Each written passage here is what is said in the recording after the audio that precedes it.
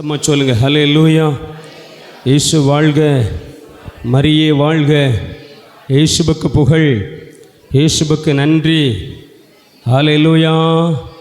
எல்லாரும் சேர்ந்து ஒரு பல்லவியை பாடி நாம் மீண்டும் ஆண்டுடைய வார்த்தையை கேட்க போகிறோம். ஆகவே ஒரு பழைய பாடல் நான் பாடப்பட இணைந்து உங்கள் எல்லாரும் உங்கள் கைகளை தட்டி இருந்த வண்ணமாக அந்த பாடலை பாடுவோமா? என்னோடு சேர்ந்து இணைந்து எல்லாரும் கைகளை தட்டி பாடுவோமா? எல்லாரும் சேர்ந்து இணைந்து கைகளை தட்டி நான் பாட போகிறோம். கை தட்டி பாடுவோம். கைகளை தட்டி வாயிலை திறந்து எல்லாரும் சேர்ந்து பாடலாம்.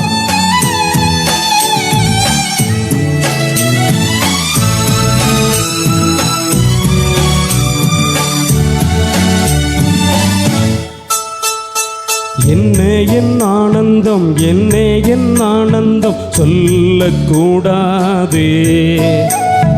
என்ன என் ஆனந்தம், என்ன என் ஆனந்தம் சொல்லக்கூடாதே. மன்னன் கிறிஸ்து என் பாவத்தை எல்லாம் மன்னித்து விட்டாரே. மன்னன் கிறிஸ்து என் பாவத்தை எல்லாம் மன்னித்து விட்டாரே.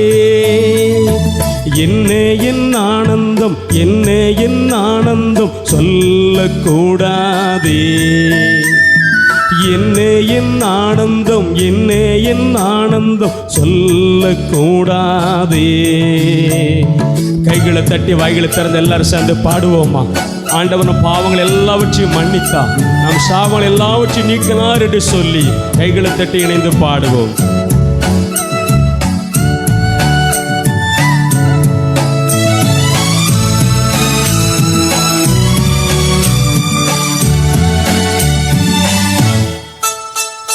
கூடுவோம், ஆடுவோம், பாடுவோம், ஒன்றாய் மகிழ் கொண்டாடுவோம். கூடுவோம், ஆடுவோம், பாடுவோம், ஒன்றாய் மகிழ் கொண்டாடுவோம். நாடியே நம்மை தேடியே வந்த நாதனை ஸ்தோத்தரிப்போம். நாடியே நம்மை தேடியே வந்த நாதனை ஸ்தோத்தரிப்போம். என்ன என் ஆனந்தம், என்ன என் ஆனந்தம் சொல்லக்கூடாதே. என்ன என் ஆனந்தம், என்ன என் ஆனந்தம் சொல்லக்கூடாதே. கைகளை தட்டி வாய்களை திறந்து எல்லாரும் சேர்ந்து பாடுவோம்.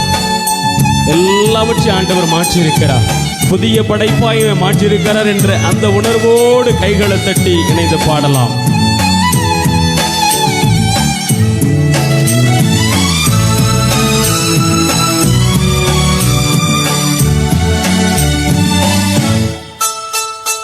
பாவங்கள் சாபங்கள் கோபங்கள் எல்லாம் பாரிதவித்தாரே. பாவங்கள் சாபங்கள் கோபங்கள் எல்லாம் பாரிதவித்தாரே. தேவாதி தேவன் என் உள்ளத்தில் வந்து தங்கியே விட்டாரே. தேவாதி தேவன் என் உள்ளத்தில் வந்து தங்கியே விட்டாரே. என்ன என் ஆனந்தம், என்ன என் ஆனந்தம் சொல்லக்கூடாதே. என்ன என் ஆனந்தம், என்ன என் ஆனந்தம் சொல்லக்கூடாதே. கைகளை தட்டி வாய்களை திறந்து எல்லாரும் சேர்ந்து பாடுவோம். நம் உள்ளத்தில் வந்திருக்கிற ஆண்டவர், நமக்குள்ள குடிகொள்ள வந்திருக்கிற ஆண்டவரை கைகளை தட்டி பாடி மகிமைப்படுத்துவோம்.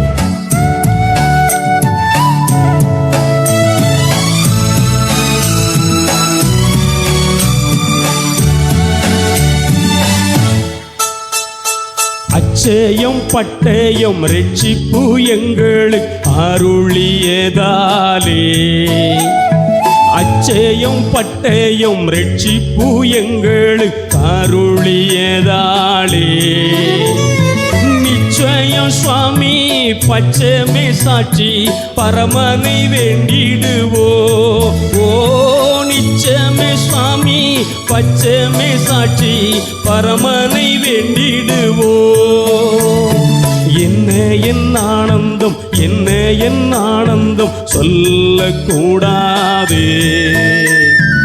என்ன என் ஆனந்தம், என்ன என் ஆனந்தம் சொல்லக்கூடாதே. கைகளை தட்டி வாய்களை திறந்து எல்லாரும் ஆண்டவரை மையப்படுத்தி பாடுவோம். அவர் நமக்கு உரிமை பேரை பெற்று தந்திருக்கிறார். அவர் நமக்கு விளம்பரிப்பில்லாத இரத்தத்தை நமக்காக சிந்தி நம்ம விலை கொடுத்து வாங்கியிருக்கிறார் என்ற உணவோடு பாடுவோம்.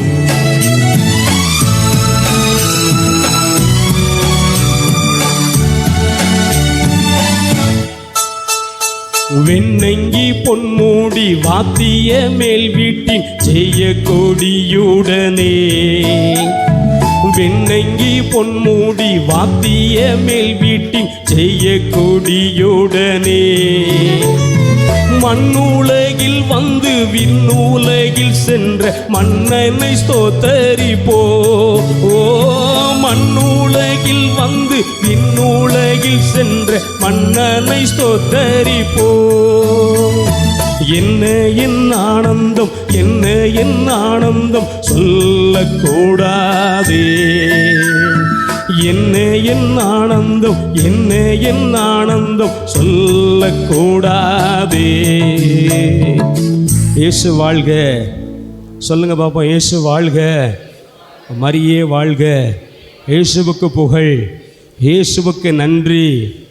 அன்பானவர்களே, அப்படி கண்களை மூடி ஒரு திசை நாம் ஜெபித்து ஆண்டுடைய வார்த்தைக்கு நாம் செவி கொடுக்கலாம். அப்படி கண்களை மூடி வாய்களை திறந்து எல்லாரும் இந்த வேளையில் இணைந்து ஜெபிக்கலாம். கண்களுக்கு மூடுவோம், மனதை ஒருநிலைப்படுத்தி. இதோ இந்த காலையில் இந்த அமர்வில் ஆண்டவரே உம்முடைய வார்த்தைகளை நான் தொடர்ந்து கேட்டுக்கொண்டு இருக்கிறேன். உம்முடைய வார்த்தைகளை நான் தொடர்ந்து தியானித்து கொண்டு இருக்கிறேன். நான் எப்படியெல்லாம் இருந்தேன், நான் எப்படியெல்லாம் இருக்கணும்னு சொல்லி எங்களோடு நீங்கள் பேசிக்கிட்டே இருக்கீங்க ஆண்டவரே. இந்த வேளையில் கூட நான் கடவுளின் ஆலயம், நீங்கள் கடவுளின் கோயில் என்ற கோணத்திலே உம்முடைய வார்த்தைகளை நாங்கள் தியானிக்க போகிறோம். தகப்பனே, நீர் இந்த வேலையை பொறுப்படுத்தி கொண்டு வழி நடத்தும்னு சொல்லி எல்லாம் கண்களை மூடி வாய்களை திறந்து ஜெபிப்போமா? எல்லோரும் கண்களை மூடி வாய்களை திறந்து நீங்கள் தான் ஜெபிக்கணும்.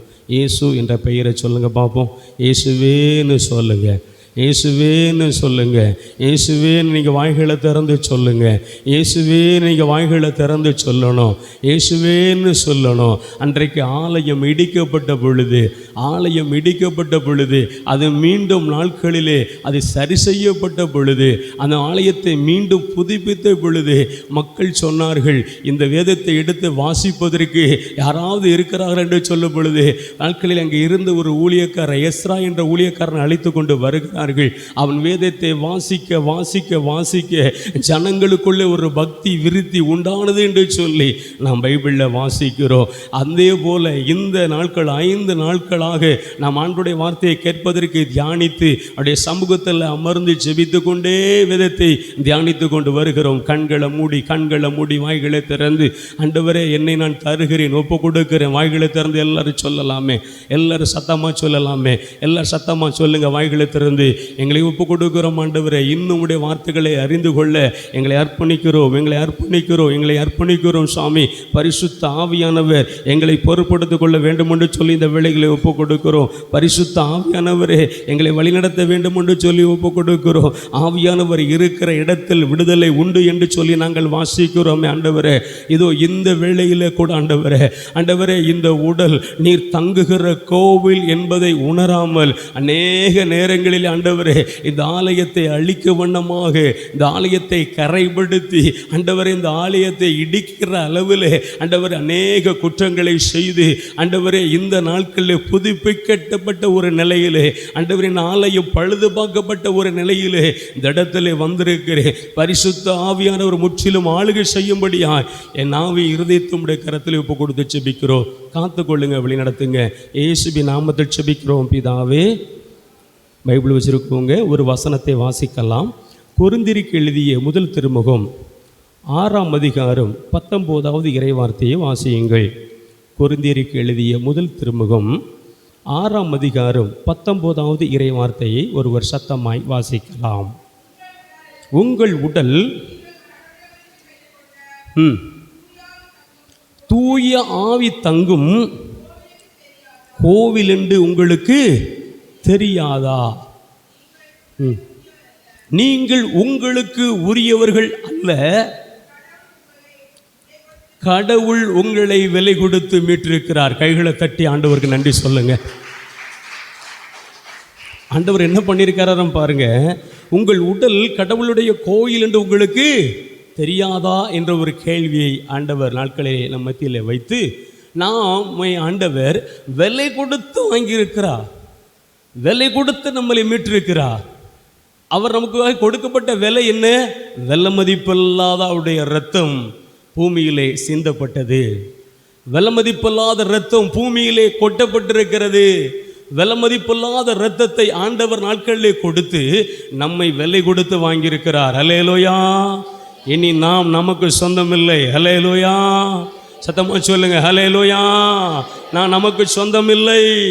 அநேக நேரங்களிலே நமக்கு சொந்தம் என்று சொல்லி நினைத்து இந்த சரீரம், நாம் வாழுகிற இந்த ஆலயம் நமக்கு சொந்தம் என்று நினைத்து வாழ்ந்து பாவங்களை கட்டி கொண்ட நாட்களை தூக்கி துறையிருந்து விட்டு இயேசு நம்மை விலை கொடுத்து வாங்கியிருக்கிறார். அவரால் நான் பிடிக்கப்பட்டிருக்கிறேன், அவரால் நான் பாதுகாக்கப்பட்டிருக்கிறேன், அவருக்காக வாழ என்ன அர்ப்பணிச்சிருக்கிறேன். ஹல்லேலூயா. சத்தமா சொல்லுங்க, ஹல்லேலூயா. அன்புக்குரியவர்களை, பைபிளை பார்க்கிற பொழுது தாவீதுக்கு ஒரு ஆசை வருகிறது. நான் மிக பெரிய அரண்மனையில் இருக்கிறேன், ஆண்டவருடைய பேழையோ கூடாரத்தில் இருக்குது என்று சொல்லி ஆண்டவருக்காக ஒரு ஆலயத்தை கட்ட வேண்டும் என்று சொல்லி முதலையாக அந்த மனிதனுக்கு ஒரு ஆசை வந்தது. உடனே அவன் என்ன செய்தான்? அதற்காக ஒரு இடத்தை தேர்ந்தெடுத்து அது அதிக பணம் கொடுத்து அவன் வாங்குகிறான். அந்த இடத்தை வாங்கி அந்த ஆலயம் கட்டுவதற்கான கல்கள் எல்லாம் அங்கே அவன் சேமித்து வைத்து விட்டான். சில பொருட்களை அவன் சேமித்து வைத்து விட்டு, ஆண்டவரே உமக்கு ஆலயம் கட்டப் போகிறேன் என்று அவன் நாட்களிலே எண்ணி அவரிடத்திலே செபித்து கொண்டிருக்கிற பொழுது ஆண்டவர் அவருக்கு தரிசனமாகி சொல்லுகிறார், உன் கை இரத்தத்தால் கரைபடிந்ததாக இருக்கிறது, பாவம் நாட்களிலே படிந்த கரைகளாக இருக்கிறது, ஆகவே நீ ஆலயத்தை கட்டப்போவதில்லை, உனக்கு பின்வரும் உன்னுடைய மகன் ஆலயத்தை கட்டுவான் என்று தீர்க்க தரிசனம் சொன்னார். அல்லேலூயா. ஆகவே அதன்படியே அவருடைய மகன் சாலமோன் வருகிறான். சாலமோன் வந்து ஆண்டவருக்காக ஆலயத்தை கட்ட தீர்மானம் எடுக்கிறான். அழகான ஆலயத்தை அவன் கட்டுகிறான். 40 ஆண்டுகளுக்கு மேலாக ஆலயத்துக்குரிய காரியங்கள் எல்லாவற்றையும் செய்து நேர்த்தியாக ஆலயத்தை கட்டி முடிக்கிறான். ஹல்லேலூயா. சத்தமா சொல்லுங்க, ஹல்லேலூயா. நாம் பைபிளில் வச்சிருக்கவங்க எடுத்து வாசிக்கலாம். 1 அரசர்கள் 6ஆம் அதிகாரம் 14வது இறைவார்த்தையை படித்து பாருங்கள். 1 அரசர்கள் 6ஆம் அதிகாரம் 14வது இறைவார்த்தையை வாசியுங்கள். அவர் என்ன செய்திருக்கிறார் என்று அதில் எழுதப்பட்டிருக்கிறது. 1 அரசர்கள் 6ஆம் அதிகாரம் 14வது வசனத்தை வாசிக்கலாம். பாருங்க, நல்லா பாருங்க, யார் கட்டி முடிச்சிருக்கிறான்? சாலமோன் மன்னன் அந்த கோயிலை கட்டி ஒரு பிரச்சனை இல்லாத அளவில் எல்லாவற்றையும் நேர்த்தியாக அழகாக ஆலயத்தை கட்டி முடிச்சிட்டான். எல்லாம் செஞ்சு முடிச்சிட்டான். ஆலயத்தை சுற்றி பார்க்குறான். ஆண்டவர் கொடுக்காக நம்ம கட்டியிருக்கிறோம், எவ்வளவு பிரயாசப்பட முடியுமோ அவ்வளோ செஞ்சிட்டோம். எங்கெங்கே இருந்தெல்லாம் கல் கொண்டு வர முடியுமோ அங்கே கொண்டு வந்தாச்சு, எங்கெங்கெல்லாம் பொண்ணு கொண்டு வர முடியுமோ அங்கேருந்து கொண்டு வந்து வச்சாச்சு. ஆலயத்தை பார்க்க ரொம்ப அழகாக இருக்குது, அருமையாக இருக்கிறது. அதை கட்டியாச்சு. இப்போ அபிஷேகம் பண்ணணும். அல்லேலூயா. சத்தமாக சொல்லுங்க, ஹல்லேலூயா. இந்த ஆலயத்தை அபிஷேகம் பண்ணணும். அப்படிங்கிற பொழுது ஆண்டவரிடத்தில் என்ன செய்கிறான்? அவன் மன்றாடுகிறான். வசனத்தை வாசிக்கலாம். 1 அரசர்கள் 9ஆம் அதிகாரம் 3வது வசனத்தை வாசித்து பாருங்கள். ஆண்டவருக்கு என்று சொல்லி அந்த ஆலயம் அர்ப்பணிக்கப்படுகிறது. ஆண்டவருக்கு என்று சொல்லி அந்த ஆலயம் ஒப்பு கொடுக்கப்படுகிறது. இப்பொழுது ஆண்டவர் தரிசனமாக என்ன சொல்லுகிறார்? வாசிக்கலாம். ஆண்டவர் அவரிடத்திலே சொன்னது, நல்லா கவனிங்க, நீ செய்த வேண்டுதலையும் உன்னுடைய விண்ணப்பங்கள் எல்லாவற்றையும் நான் கேட்டேன். நீ கட்டின இந்த கோவிலில் எனது பெயர் என்றென்றும் விளங்கும்படி அதை புனிதமாக்கினேன். ஹல்லேலூயா, ஹல்லேலூயா. ஆலயத்துக்காக ஆண்டவன் மண்டாடி, ஆண்டவர் இந்த ஆலயத்தில் நீர் வந்து தங்க வேண்டும், நீர் வந்து வசிக்கம் பண்ண வேண்டும், வார்த்தை வேண்டும், மக்களுக்கு ஆசி கொடுக்க வேண்டும் என்று சொல்லி சாலமோன் மன்னன் ஜெபித்த பொழுது சொல்றாரு, உன் விண்ணப்பத்தை கேட்டுட்டேன், நீ கட்டின ஆலயத்தை நான் பார்த்துட்டேன், என்னென்றைக்கு என் பேர் விளங்க முடியாத நான் செய்வேன்னு சொல்லி உறுதி கொடுத்துட்டாரு. கொடுத்த இடத்து என்ன சொல்றாரு பாருங்க, வாசிக்கலாம். என் கண்களும் என் இதயமும் என்னாலும் அங்கே இருக்கும். ஹல்லேலூயா, சாலமோன் மன்னனை பார்த்து ஆண்டவர் சொல்கிறாரு, சாலமோனே எல்லாம் நல்லா கேட்டுட்டேன், ஆனால் நான் அந்த ஆலயத்தில் 2 காரியத்தை இங்கே வைக்க போகிறேன். என்ன அப்படின்னா, இந்த ஆலயத்தில் என் கண் இருக்கும், என் கண்கள் இந்த ஆலயத்தில் இருக்கும். என் கண்கள் இங்கே இருந்து இங்கே இருக்கிறவங்க என்னெல்லாம் செய்கிறாங்கன்னு சொல்லி அதை பார்த்துக்கிட்டே இருக்கும். இந்த கோயிலில் என்னுடைய கண்கள் இருக்கும். இங்கே வருகிற மக்கள் என்னென்ன காரியங்கள் செய்கிறார்கள், என்னென்ன வேண்டுகிறார்கள், என்னென்ன தப்பு செய்கிறார்கள், என்னென்ன பாவம் செய்கிறார்கள், என்னென்ன புண்ணியம் செய்கிறார்கள், என்னென்ன நேர்ச்சி செய்கிறார்கள், எல்லாவற்றையும் என் கண்கள் அது கண்டுகொண்டே இருக்கும் என்று சொன்னார். அல்லேலூயா. இரண்டாவது என்ன சொல்றாரு பாருங்க, என் இருதயம் இந்த ஆலயத்தில் இருக்கும், என் இருதயம் இந்த ஆலயத்தில் இருக்கும். சாலமோன், இங்க வருகிற மக்களுடைய ஜெபத்தை கேட்பேன். இவங்க என்னென்ன பேசிக்கிட்டு இருக்கிறாங்களோ, இவங்க என்னென்ன சொல்லிக்கிட்டு இருக்காங்களோ அத்தனை இருதயத்தில் கேட்பேன் என்று ஆண்டவர் வாக்கு பண்ணினார். அல்லேலூயா. சத்தமா சொல்லுங்க ஹல்லேலூயா. ஆகவே தான் நாம் ஆலயத்துக்கு செல்லுகிற பொழுது தலை வணங்கி நம்மை ஆண்டவர் பார்க்கிறார் என்ற உணர்வோடு கூட நாம் ஆலயத்துக்கு செல்லுகிறோம். ஆண்டவர் நம்முடைய ஜெபத்தை கேட்கிறார். ஒவ்வொரு ஆலயங்களும் ஆண்டவருக்காக அர்ப்பணிக்கப்பட்ட ஆலயங்களிலே இந்த 2 காரியம் இருக்கிறது. ஒன்று அவருடைய கண்கள் இருக்கிறது, இரண்டாவதாக அவருடைய இருதயம் இருக்கிறது. அவர் நம் ஜெபத்தை கேட்கிறவராக இருக்கிறார். ஆலயத்தில் எழுப்புகிற ஜெபங்களையும் மண்டாட்டுகளையும் கேட்டு நமக்கு விடுதலை தருகிறவராக இருக்கிறார். கைகளை தட்டி ஆண்டவருக்கு நன்றி சொல்லுங்க. ஆலயம் ஒரு மனிதனுடைய வாழ்க்கையில் மிக முக்கியமான ஒன்று என்று வேதம் நமக்கு கற்றுக் கொடுக்கிறது. அடுத்த வசனத்தை வாசிங்க. என்ன சொல்றாரு பாருங்க, உன் தந்தை தாவீதை போல் நேர்மையுடனும்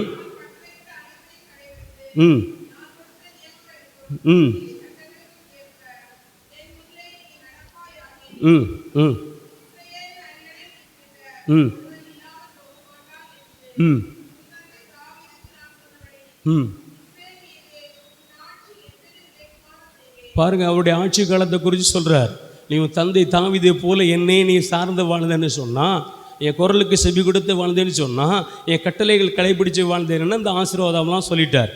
சொல்லிட்டு அதை தொடர்ந்து படித்து பார்க்கும்போது சொல்றாரு, நீ என்னை புறக்கணிக்கும் நாளில், நீ என்னை மறக்கிற நாளில், நீர் என்னை விட்டு விலகி போகிற நாளில் நான் உன்னையும் புறக்கணிப்பேன், நீ கட்டியிருக்கிற ஆலயத்தையும் புறக்கணிப்பேன் என்று ஆண்டவர் வாக்கு பண்ணினார். அல்லேலூயா.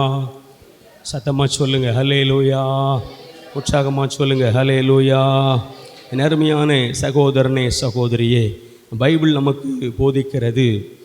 திருத்தூதர் பணி 5ஆம் அதிகாரம் 42வது வசனத்தை வாசிக்கிற பொழுது ஒரு அருமையான சம்பவம் அங்கே கொடுக்கப்பட்டிருக்கிறது. வாசிக்கலாம். திருத்தூதர் பணிகள் 5ஆம் அதிகாரம் 42வது வசனத்தை வாசிக்கலாம்.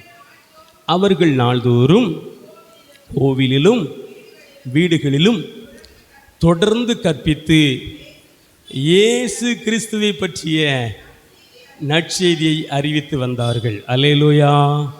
சத்தமா சொல்லுங்க ஹல்லேலூயா.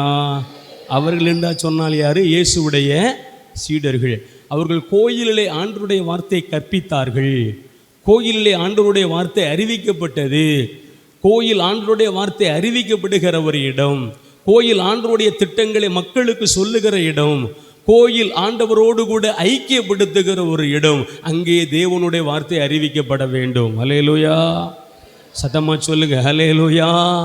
ஆண்டவருடைய வார்த்தையை முழங்குகிறார்கள். ஆண்டவருடைய வார்த்தை இன்னைக்கு பிரசங்கிக்கப்படுகிறது. ஆனால் இன்றைக்கு நாம் நாட்களிலே வழிபடுகிற ஆலயங்களிலே ஆண்டவருடைய வார்த்தை வல்லமையாய் பிரசங்கப்படுகிறது என்று சொன்னால் அது இன்றைக்கு ஒரு கேள்விக்குறிதான். எல்லா காக்கா கதையும் குருவி கதையும் கள்ளப்பிராந்து கதையும் சொல்லி முடிச்சிட்டாங்க. அதனால தான் என்ன பண்ணாங்க பாருங்க, அவங்க ஆலயத்தோடு நின்றக்கூடாது, இந்த உடலாகிய ஆலய வீட்டில் இருக்கிறது, ஆகவே வீடுகளுக்கும் போய் ஆண்டவரை குறித்து அறிவிச்சாங்க. ஹல்லேலூயா. சத்தமா சொல்லுங்க ஹல்லேலூயா. வீட்டில் தான் மனிதர்கள் இருக்கிறாங்க. ஆண்டவர் சொல்லுகிற ஆலயம் இந்த கல்லால மண்ணால கட்டப்பட்ட ஆலயம் அல்ல. அதை இடித்து விடுங்கள், 3 நாட்கள் அதை கட்டி எழுப்புவேன் என்று சொன்னார் ஆண்டவர். ஹல்லேலூயா. ஆகவே தன்னுடைய உடலாகிய ஆலயத்தை குறித்து சொல்லுகிறார். அவருடைய சாயலாய் படைக்கப்பட்டிருக்க நம்முடைய உடலை குறித்து ஆண்டவர் சொல்லுகிறார். ஆகவே அவர்கள் வீடுகளிலே போய் நற்செய்தியை அறிவித்தார்கள். ஹல்லேலூயா. சத்தமா சொல்லுங்க ஹல்லேலூயா. அப்ப என்ன இருந்தாலும் இயேசுவுடைய வார்த்தை இயேசுவுடைய வார்த்தை நம் காதிலே விழுந்து கொண்டே இருக்க வேண்டும். இயேசுவுடைய வார்த்தை நம் காதிலே தொளித்து கொண்டே இருக்க வேண்டும். ஆண்டவருக்குள்ளே, அவர் வசனத்துக்குள்ளே நாம் வாழ வேண்டும் என்று சொல்லி வேதம் நமக்கு போதிக்கிறது. ஹல்லேலூயா, சத்தமா சொல்லுங்க ஹல்லேலூயா. அப்ப அவருக்குள்ளே நாம் இல்லை என்று சொன்னால் அந்த ஆலயத்தை பரிசுத்தமாக பாதுகாத்து கொள்ள முடியாது. இயேசுவுக்குள்ளே இல்லாமல் ஒரு மனிதன் தன்னுடைய சரீரத்தை பாவம் இல்லாமல் இருக்க முடியாது. அதுதான் வேதம் இப்படியா நமக்கு போதிக்கிறது. திருப்பாடல்கள் 119 அதிகாரம் 11வது வசனத்தை படித்து பாருங்கள். திருப்பாடல் 119 11 ஆண்டவர் வார்த்தை என்ன சொல்லுகிறாரு பாருங்க. வசனத்தை வாசிக்கலாம். உமக்கு எதிராய் நான் பாவம் செய்யாதபடி உமது வாக்கை என் இருதயத்திலே நிறுத்தி உள்ளேன். ஹல்லேலூயா, சத்தமா சொல்லுங்க ஹல்லேலூயா. பாவம் இந்த ஆலயத்துக்குள்ளே மீண்டும் வராதபடி பரிசுத்தம் நமக்குள்ளே இருக்க வேண்டும் என்று சொன்னால் அவருடைய வாக்கு நம் இருதயத்துக்குள்ளே இருக்கணும். ஹல்லேலூயா, சத்தமா சொல்லுங்க ஹல்லேலூயா. வேத வசனம் நம் இருதயத்துக்குள்ளே இருக்கணும். வேத வாக்கு நம்முடைய இருதயத்துக்குள்ளே இருக்கணும். வேத வசனம் இல்லாமல் விடுதலை இல்லை. என் வார்த்தையை அனுப்பியவர்களை விடுவித்தேன் என்று சொன்னார். என்னுடைய வார்த்தை ஆவியும் உயிருமா இருக்கிறது என்று சொன்னார். நான் அனுப்புகிற வார்த்தை வானத்தில் இருந்து வருகிற மலையை போல இருக்கிறது, அது பனியை போல இருக்கிறது, அது பூமிக்கு வந்து பலனை கொடுக்காமல் என்னிடத்தில் திரும்பாது என்று சொன்னார் ஆண்டவர். ஹல்லேலூயா, சத்தமா சொல்லுங்க ஹல்லேலூயா, உற்சாகமா சொல்லுங்க ஹல்லேலூயா. அருமையான ஆண்டுடைய பிள்ளைகளை, ஆலயத்தை குறித்து ஆண்டவர் சொன்ன காரியங்கள் நம் நாட்களில் தொடர்ந்து படித்து பார்க்கிற பொழுது ஒரு வசனத்தை நாம் வாசிக்கலாம். மத்தேயு எழுதின செய்தி 11ஆம் அதிகாரம் 15வது வசனத்தை படித்து பாருங்கள். மத்தேயு 11:15 படித்து பாருங்கள். என்ன சொல்றார் வாசிக்கலாம். மத்தேயு 26:61 வாசிங்க. 26:61 இதை விட தெளிவாக அதில் கொடுத்துருக்கிற பாருங்க. மற்ற 26:61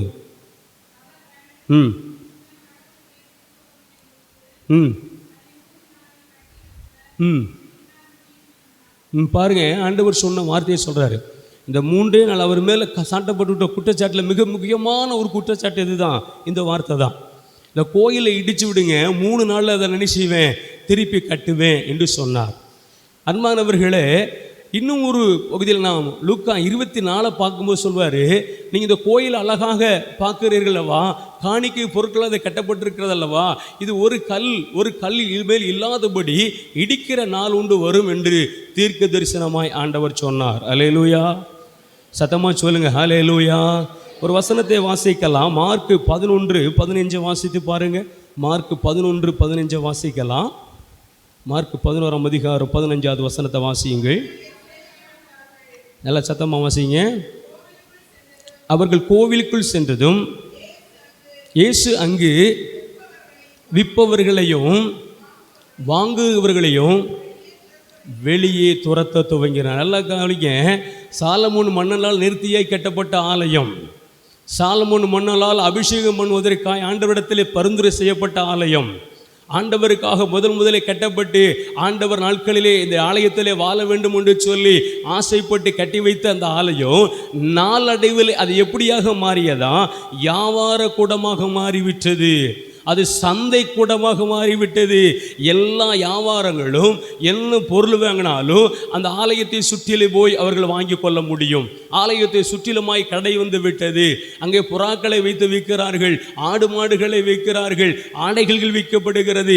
எல்லாவற்றுக்கும் மேலாக அங்கே சொல்லப்பட்டிருக்கிறது, நாணயத்தை மாற்றினார்களாம். ஏன் நாணயத்தை மாற்றினாங்க அப்படின்னு சொன்னால், அந்த மக்கள் கொண்டு வருகிற அந்த காணிக்கையை அவங்க ஊரில் இருந்து தன் உழைப்பில் கிடைத்த அந்த காணிக்கையை பணத்தை அந்த கோயில் உண்டியில் கொண்டு போய் போடக்கூடாது. அதை என்ன செய்யணும், அங்கே நாணயம் மாற்றுறதுக்கு ஒருத்தர் உட்காந்துருப்பார். அவர்கிட்ட கொண்டு போய் அவங்க ஒரு 200 ரூபாயோ 100 ரூபாயோ கொண்டு கொடுத்து அந்த பணத்தை அவர் வச்சுக்கிட்டு அவர் வச்சிருக்கிற பணத்தை கொடுப்பாரு. அதுக்கு ஒரு கமிஷன் உண்டு. அதை கொண்டு போய் தான் கோயில் என்ன செய்யணும், காணிக்கையை போடணும். இதை நீங்கள் நல்லா விளங்கி கொள்ளணும்னா அங்கே நீங்கள் பக்கத்தில் இருக்கிற பழனிக்கு போனீங்கன்னா அங்கே கீழே வந்து நாணயம் மாற்றி தரப்படும் சொல்லி கடைகள் அங்கங்கே வச்சுருப்பாங்க. சின்ன சின்ன கடைகள்லாம் இருக்கும். அதில் ஒரு 500 ரூபாய்க்கோ 200 ரூபாய்க்கோ நீங்கள் சில்லறை கேட்டிங்கன்னா அங்கே என்ன 50 பைசா, அந்த 4 சில்லறை 10 பைசா சில்லறைலாம் இன்றைக்கி அங்கே இருக்குது, அங்கே மட்டும் செல்லும். அதை போகும்போது வாங்கிட்டு இங்கேருந்து அவங்க படியில் இருக்கிற தருமக்காரங்களுக்கு போட்டுக்கிட்டே போவாங்க. அவங்க திருப்பி அதை கொண்டு வந்து அதை கடையில் கொண்டு போய் மாற்றிக்கிடுவாங்க. இதே போல் ஒரு பழக்கம் அந்த நாட்களில் அங்கே இருந்தது.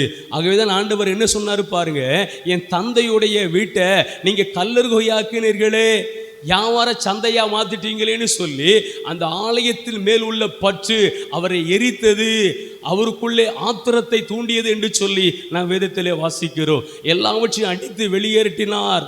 நாணய மாத்தருடைய காசு பலகையை அவர் கவித்து போட்டார் என்று வேதத்திலே வாசிக்கிறோம். அன்புக்குரியவர்களே, ஆலயம் மிக மிக முக்கியமானது.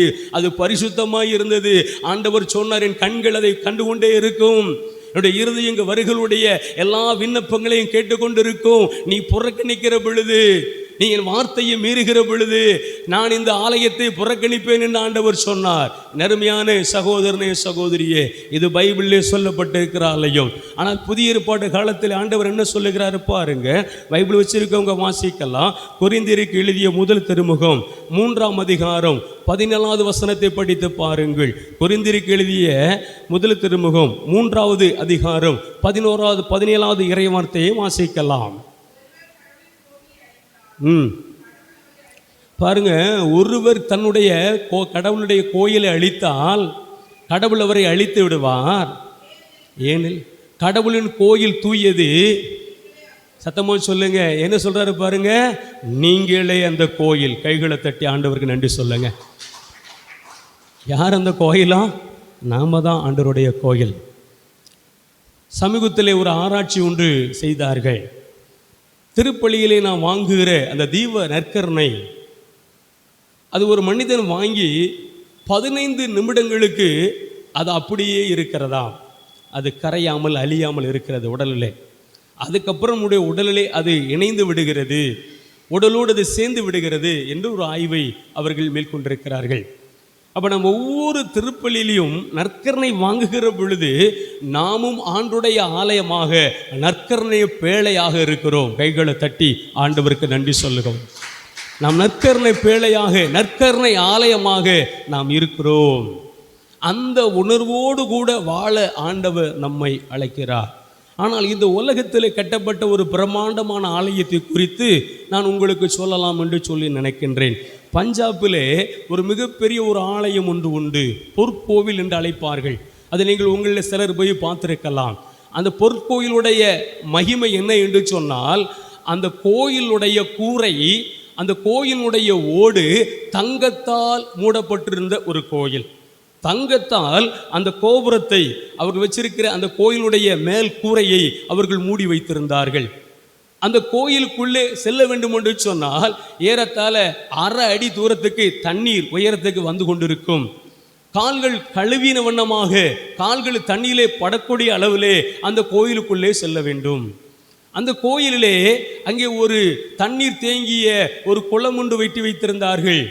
அந்த குளத்தில் இருக்கிற தண்ணீரை கோரி தலையிலே ஊத்துவோம் என்று சொன்னால், தலையிலே தெளிப்போம் என்று சொன்னால் பாவம் போக்குகிற ஒரு பலியாக அந்நாட்களில் அங்கே இருந்தது. அங்கே வருகிற அநேக பரிசுத்தவான்கள், அங்கே வருகிற அநேக பக்தர்கள் அந்த தண்ணீரை எடுத்து தன் தலையிலே ஊற்றிக்கொண்டு அவர்கள் தங்களுடைய நேர்த்திக்கடனை செலுத்தி கொண்டிருந்தார்கள். இப்படிப்பட்ட ஒரு அழகான கோயில் நம்முடைய இந்தியாவிலே பஞ்சாபிலே இருந்த ஒரு பொற்கோவில். இது குறித்து நாம் அநேக காரியங்களிலே நாம் நாட்களிலே தெரிந்திருக்கலாம். அன்புக்குரியவர்களே, அந்த கோயிலுக்குள்ளேதான், அந்த பொற்கோவிலுக்குள்ளதான் தீவிரவாதிகள் நுழைந்திருந்தார்கள். தீவிரவாதிகள் அதிலே பதுங்கியிருந்தார்கள். பதுங்கியிருந்து என்ன செய்தார்கள் தெரியுமா? அங்கே வரக்கூடியவர்களை சுட்டு கொல்ல ஆரம்பித்தார்கள். அங்கே இருந்தவர்கள் தீவிரவாத செயல்களை அவர்கள் நாட்களிலே செயல்படுத்த ஆரம்பித்தார்கள். எந்த பொற்கோவில் என்று சொல்லி ஜனங்கள் வழிபட பயபக்தியோடு கூட போனார்களோ, எந்த பொற்கோவில் போய் நம்முடைய பாவம் போக்கும் பலிகளை ஒப்பு கொடுத்தார்களோ, எந்த பொற்கோவிலுடைய தண்ணீர் தீர்த்தத்தை எடுத்து நம் நாட்களிலே தலையிலே ஊற்றுகிற பொழுது நம் பாவம் கழுவப்பட்டது என்று சொல்லி உணர்வாய் அவர்கள் நாட்களிலே மதித்தார்களோ, அந்த கோயில் தீவிரவாதிகளுடைய கரங்களிலே நாட்களிலே மாட்டப்பட்டு வருகிற ஜனங்களை அழிக்கிற கோயிலாக மாறியது என்று வரலாறு நமக்கு கற்றுக் கொடுக்கிறது. ஹல்லேலூயா, சத்தமா சொல்லுங்க ஹல்லேலூயா. அந்த கோயிலுடைய கூரை தங்கத்தாலானது. பார்ப்பதற்கு எல்லாரும் ஆச்சரியப்படக்கூடிய அளவிலே இருந்தது. எல்லாருடைய கண்களையும் அது உறுத்தியது. எல்லாரும் அந்த கோயிலை பார்க்கும்போது ஒரு முறையாவது உள்ளே போயிடணும்னு சொல்லி ஆசைப்படுகிறதாக இருந்தது. ஆனால் அதுக்குள்ளே தீவிரவாதம் இருந்தது, வன்முறை இருந்தது, கொலை செய்யக்கூடிய பொல்லாத மனிதர்கள் அந்த கோயிலை பிடித்து கொண்டார்கள். என்ன செய்து சொல்லி அரசுக்கு தெரியவில்லை, என்ன செய்து சொல்லி புரியவில்லை. கடைசியாக இந்திரா காந்தி அம்மா காலத்திலே, அவர்கள் பிரதமராக இருந்த காலத்திலே அவர்கள் ஒரு முடிவெடுத்தார்கள். அந்த கோயிலுக்குள்ளே இராணுவம் அனுப்பப்பட்டது. அல்லேலூயா, சத்தமா சொல்லுங்க ஹல்லேலூயா. நான் உங்களுக்கு சொன்னேன், அந்த கோயிலுக்குள்ளே போகிற பொழுது அவர்கள் செருப்பு இல்லாமல் அந்த தண்ணீருக்குள்ளே நடந்து கொண்டு அந்த ஆலயத்துக்குள்ளே செல்ல வேண்டும், அங்கே போய் வழிபட வேண்டும். ஆனால் மிலிட்ரி காலில் ஷூவை போட்டுக்கொண்டு அந்த ஆலயத்துக்குள்ளே போனார்கள். அங்கே இருந்த தீவிரவாதிகளை சுட்டு கொண்டார்கள். அங்கே இருக்கக்கூடிய எல்லாமான அக்கிரமக்காரர்களையும் அநியாயக்காரர்களையும் ஆட்களில் அழிக்கப்பட்டது. எங்கே பாவம் தொலையும் என்று சொல்லி அந்த தண்ணீர் எடுத்து தலையில ஊற்றினார்களோ அதற்குள்ளே வெடிகுண்டு தயாரிக்கக்கூடிய மூல பொருட்கள் இருந்தது, மூட்டை மூட்டையாக அங்கிருந்து வெளியேற்றப்பட்டது.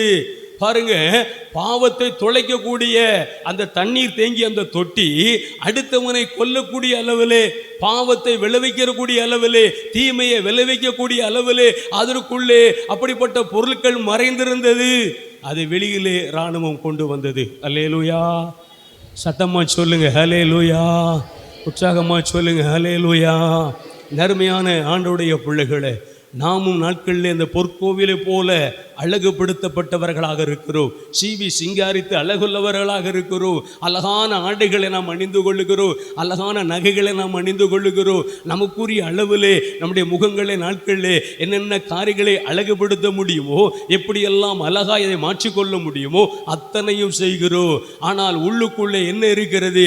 இப்படிப்பட்ட போராட்டங்களும் பிரச்சனைகளும் நாட்களில் இருக்கிறது. பார்ப்பதுக்கு மிக அழகான ஒரு கோயில் தான், தங்கத்தால் அது கூட கூரை அமைக்கப்பட்டிருந்த கோயில் தான். உள்ளுக்குள்ளே அவ்வளவு பெரிய தீவிரவாதம், அவ்வளவு பெரிய வன்முறை, அவ்வளவு பெரிய பிரச்சனையில் தான் அந்த கோயில் நாட்களில் சிக்கிக்கொண்டு இருந்தது என்று சரித்திரம் நமக்கு சொல்லுகிறது. ஹல்லேலூயா, சத்தமா சொல்லுங்க ஹல்லேலூயா, உற்சாகமா சொல்லுங்க ஹல்லேலூயா.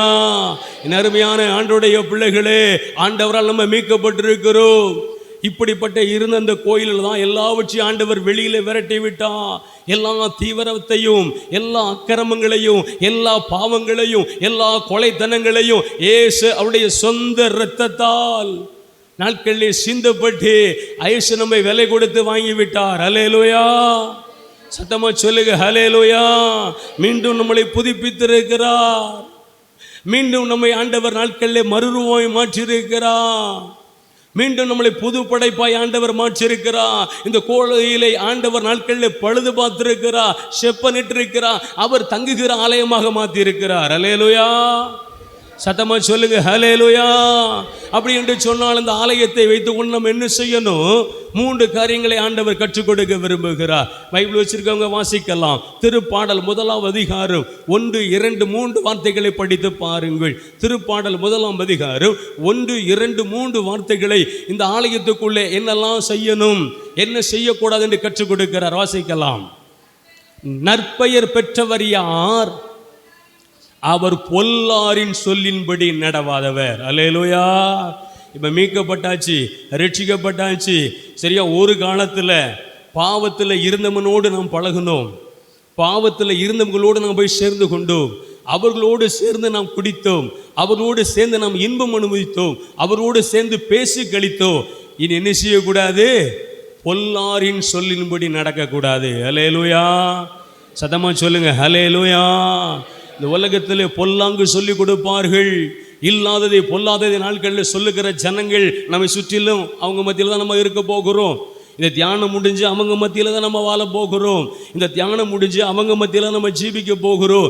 ஆனால் ஆண்டவருடைய வசனம் நமக்கு சொல்லுகிறது, பொல்லாரின் சொல்லின்படி நடவாதீர்கள். அல்லேலூயா, சத்தமா சொல்லுங்க ஹல்லேலூயா.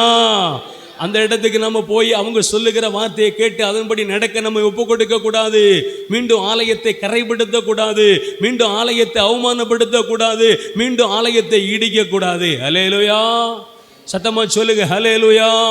இரண்டாவது என்ன சொல்லி கொடுக்கிறாரு பாருங்க, வாசிக்கலாம். பாவிகளுடைய தீய வழியில் நில்லாதீர். ஹல்லேலூயா. பாவிகள் கற்றுக் கொடுக்கக்கூடிய தீய வழியில் நிற்காதீங்க.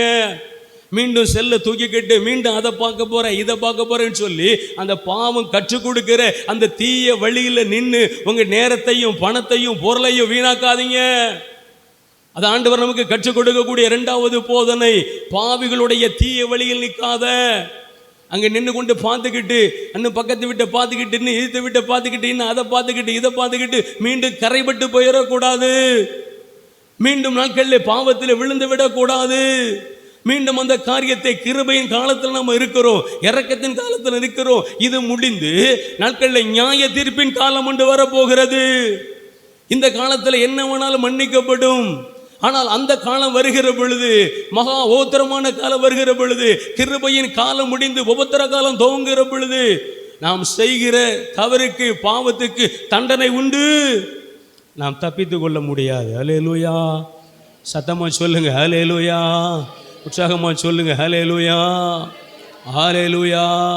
அப்போ மீண்டும் அங்கே போய் நின்றுக்கிட்டு இருக்கலாமா?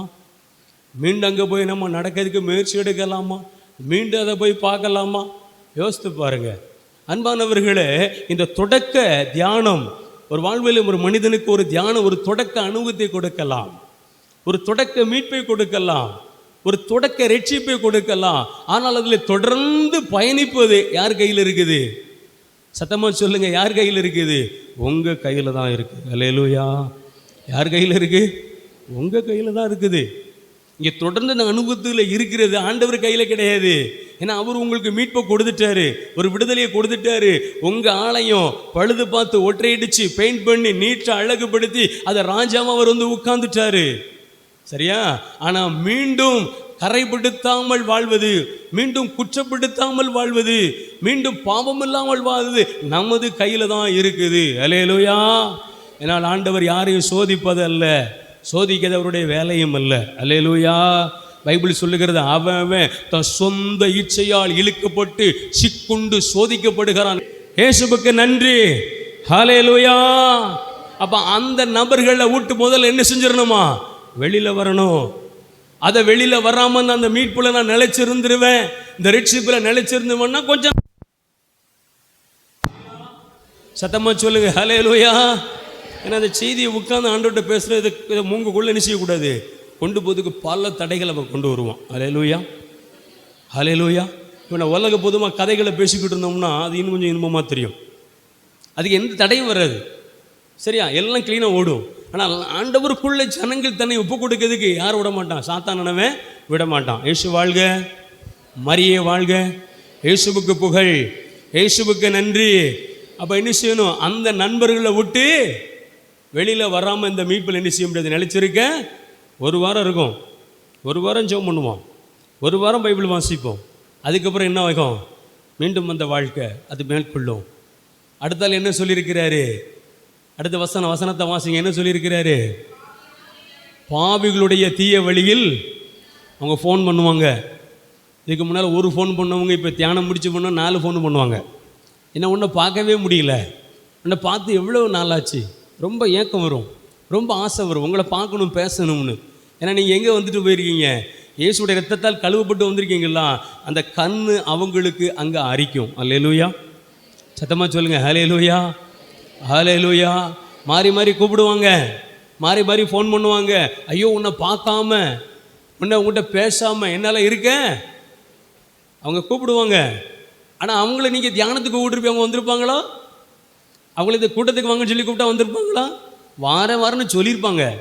ஆனால் என்ன நடந்திருக்கும்? நான் வரணும்னு நினச்சேன், திடீர்னு இப்படி ஆகிப்போச்சு. நான் வரணும்னு நினச்சேன், திடீர்னு சுகம் இல்லாமல் ஆயிடுச்சு. நான் வரணும்னு நினச்சேன், ஐயோ எனக்கு காசு இல்லை. ஒரு 500 ரூபா 1000 ரூபா புரட்ட முடியாது. அதெல்லாம் அவங்க சொன்ன நொண்டி சாக்கு. அவங்க பின்னால் இருக்கிற ஆள் வேற ஆள். அந்த ஆள் இங்கே வர்றதுக்கு என்ன செய்ய மாட்டான்? அனுமதி கொடுக்க மாட்டான். இயேசு வாழ்க, மரியே வாழ்க. அப்போ அவங்க சொல்லுவாங்க, அந்த சொல்லின்படி நீங்கள் என்ன செய்யக்கூடாது, இருக்கக்கூடாது. 3வது என்ன சொன்னார்? ஈகழ்வாரின் குழுவில் போய் நேரம் போக மாட்டேக்கு சமைச்செல்லாம் முடிச்சாச்சு. கொஞ்ச நேரம் அப்படியே அந்த அக்கா வீட்டில் போய் ஒரு 2 கதையை பேசிட்டு வருவோமே. வேலை முடிஞ்சிட்டு சும்மா தானே இருக்கோம். ஊரில் ஒரு குரூப்பு அப்படியே உட்காந்து அப்படியே மரத்துக்கு கீழே அல்லது கட்டடத்தில் உட்காந்து என்ன பண்ணுவாங்க? அந்த சீட்டை பிடிச்சிக்கிட்டு இருப்பாங்க. கொஞ்ச நேரம் அப்படியே ஒரு கை போட்டுட்டு வருவோமே. ஹல்லேலூயா. சத்தமாக சொல்லுங்க ஹல்லேலூயா. உற்சாகமாக சொல்லுங்க ஹல்லேலூயா. அந்த குழுவில் இனிமே போய் என்ன செய்யக்கூடாது? அக்கா மேரி அக்கா உன்னை பார்க்காம இருக்க முடியல, அங்கே உட்காந்து ஏதாவது கொஞ்சம் பேசுவோம், நாட்டு நடப்பை தெரிஞ்சுக்கலாம், ஊர் கதையை தெரிஞ்சுக்கலாம் அப்படின்னு போய் மீண்டும் உட்கார்ந்தோம்னா என்ன ஆகும்? கோயிலில் நான் உங்களுக்கு சொன்னேன், அழகான கோயில் தான், தங்கத்தில் தான் அதோடைய கூரை. ஆனால் உள்ளுக்குள்ளே என்ன இருந்துச்சுன்னு சொன்னேன்? என்ன இருந்துச்சு? தீவிரவாதம் இருந்துச்சு. அந்த அம்மா இந்த போராட்டத்தை கையில் எடுத்து இந்திரா காந்தி அம்மா அதுக்கு மிலிட்ரி அனுப்புறதுனால அந்த அம்மா உயிர் போச்சு. உங்களுக்கு தெரியுமா? அதனால தான் அந்த அம்மாவை சுட்டு கொண்டாங்க. உங்களுக்கு தெரியுமா? வரலாற்றை நீங்கள் படித்து பார்த்தீங்கன்னா தெரியும். 1985 அக்டோபர் 31 காலை 9:30 மணிக்கு அந்த அம்மா சுடப்பட்டு அவர்கள் உயிரிழந்தார்கள். எதற்காக? அதை தூய்மைப்படுத்துவதற்கு ஆள் அனுப்புனதுனால, அதை பரிசுத்தப்படுத்த ஆள் அனுப்புனதுனால. ஆகவே நம்முடைய கோயிலை, நம்முடைய காரியங்களை ஆண்டவர் தூய்மைப்படுத்துவதற்காக அவர் தன்னுடைய தூதனை அனுப்பினார். அவர் நமக்கு ரட்சிப்பை தந்தார். அவர் நாட்கள் அந்த காரியங்களை இயேசு செய்ததால் இயேசு படுகொலை செய்யப்பட்டார். நமக்காக அவர் அடித்து நொறுக்கப்பட்டிருக்கிறார், நமக்காக அவர் பிக்கப்பட்டிருக்கிறார், நம்மை அவர் விலை கொடுத்து வாங்கியிருக்கிறார். அல்லேலூயா. சதமா சொல்லுங்க அல்லேலூயா. நாம் ஒரு இரவல் ஒரு பொருளை வாங்கிட்டு போனோம்னா ரொம்ப கவனமாக இருப்போம். சரியா? யார்ட்டையாவது ஒரு பைக்கோ அல்லது ஒரு காரோ ஒரு அவசரத்துக்கு தேவை அப்படி சொல்லி பயன்படுத்துவாங்க. சில ஆட்கள் சில தங்க பொருட்களை இரவெல்லாம் வாங்கிட்டு போவாங்க. நான் கொஞ்சம் இந்த கல்யாண வீட்டுக்கு போக வேண்டியிருக்குது, இந்த நல்ல வீட்டுக்கு போக வேண்டியிருக்குது, அதனால் இரவெல்லாம் உங்களுடைய செயினை அல்லது உங்களுடைய கம்மலை உங்கள் வளையலை தாங்கன்னு சொல்லி இரவலுக்கு வாங்கிட்டு போவாங்க. ரொம்ப கண்ணுங்கருத்தமாக இருப்பாங்க. அதில் அது தொலைச்சிடக்கூடாது, ஏன்னா அடுத்தவங்களுடைய பொருள். அல்லேலூயா. அது அடுத்தவங்களோட வண்டி. அல்லேலூயா. அது அடுத்தவங்களுடைய காரு. அதை ஓட்டிகிட்டு போகும்போது பார்த்தீங்கன்னா ரொம்ப பயபக்தியாக ஓட்டிகிட்டு போவாங்க. அதே போல் ஆண்டவர் நம்மளை விலை கொடுத்து வாங்கியிருக்கிற நாம் இரவல் பொருள். அல்லேலூயா. சத்தமாக சொல்லுங்க அல்லேலூயா. இது ஆண்டவரிடத்துல போய் நம்ம சேரும் வரைக்கும், ஆண்டவரிடத்திலே நம்மை ஒப்பு கொடுக்கிற வரைக்கும் இந்த இரவல் பொருளை பத்திரமாய் பாதுகாக்கிறது யாருடைய பொறுப்பு? நம்ம மேலே விழுந்த பொறுப்பு. அல்லேலூயா.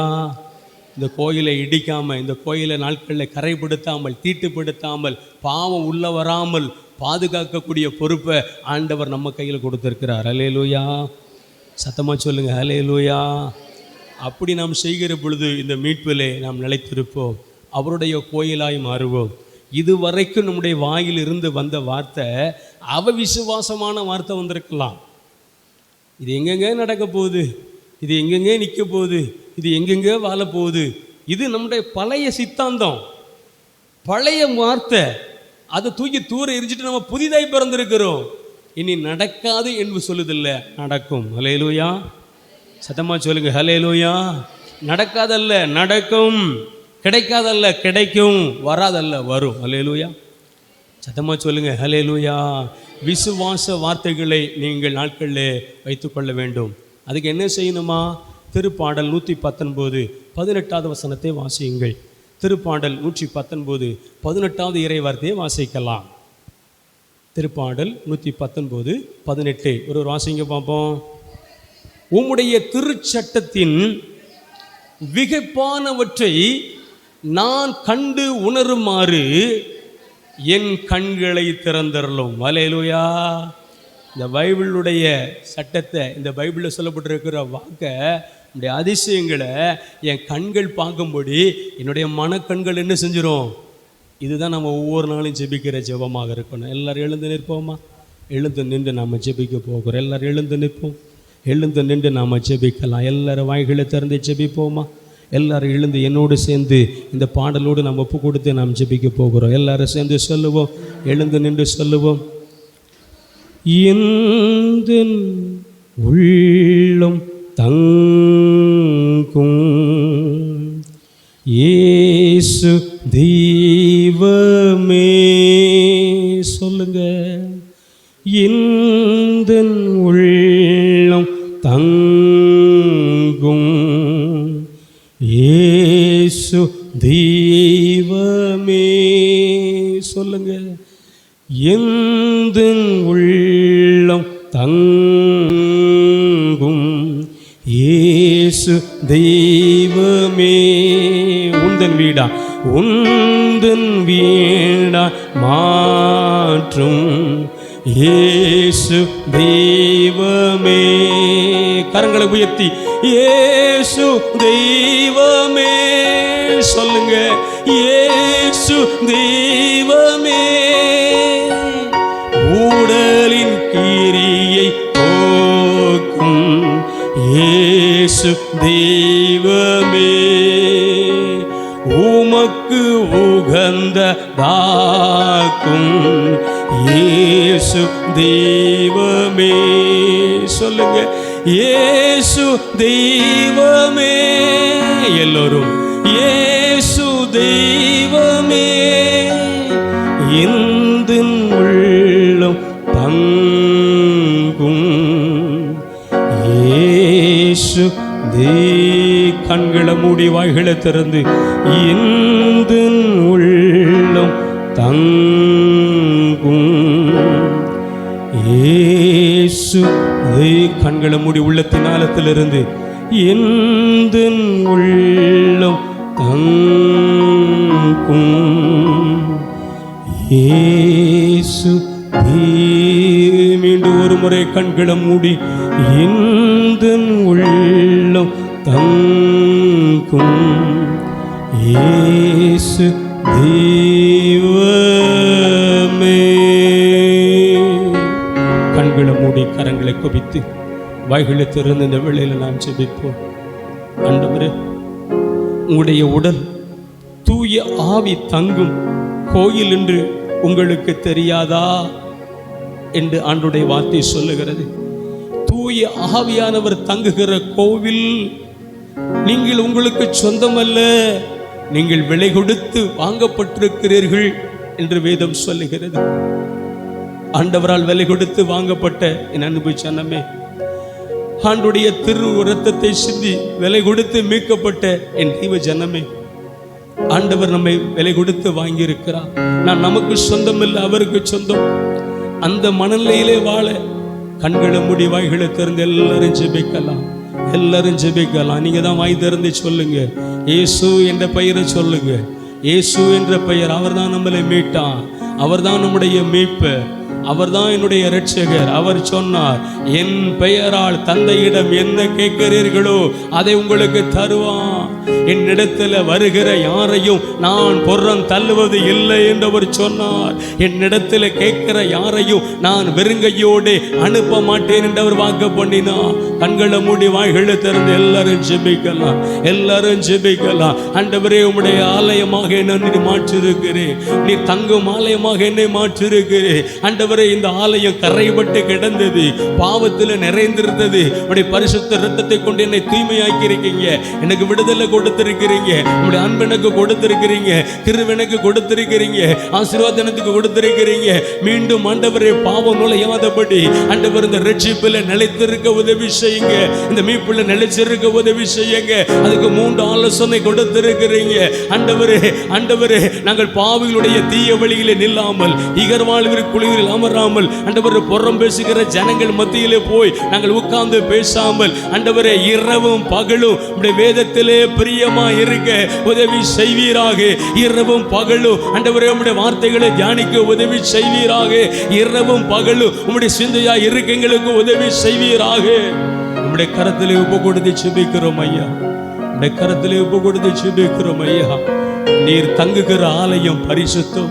நீர் எவ்வளவு பரிசுத்தராய் இருப்பது போல நாங்களும் பரிசுத்தமாய் வாழ எங்களை அர்ப்பணிக்கிறோம். இந்த ஆலயம் பரிசுத்தமாய் இருக்க எங்களை அர்ப்பணிக்கிறோம். காத்து கொள்ளுங்க, வழி நடத்துங்க. துதி கன மகிமை எல்லாம் செலுத்துகிறோம். இயேசுவின் நாமத்தில் ஜெபிக்கிறோம். ஜெபங்களும் ஜீவனுள்ள நல்ல பிதாவே.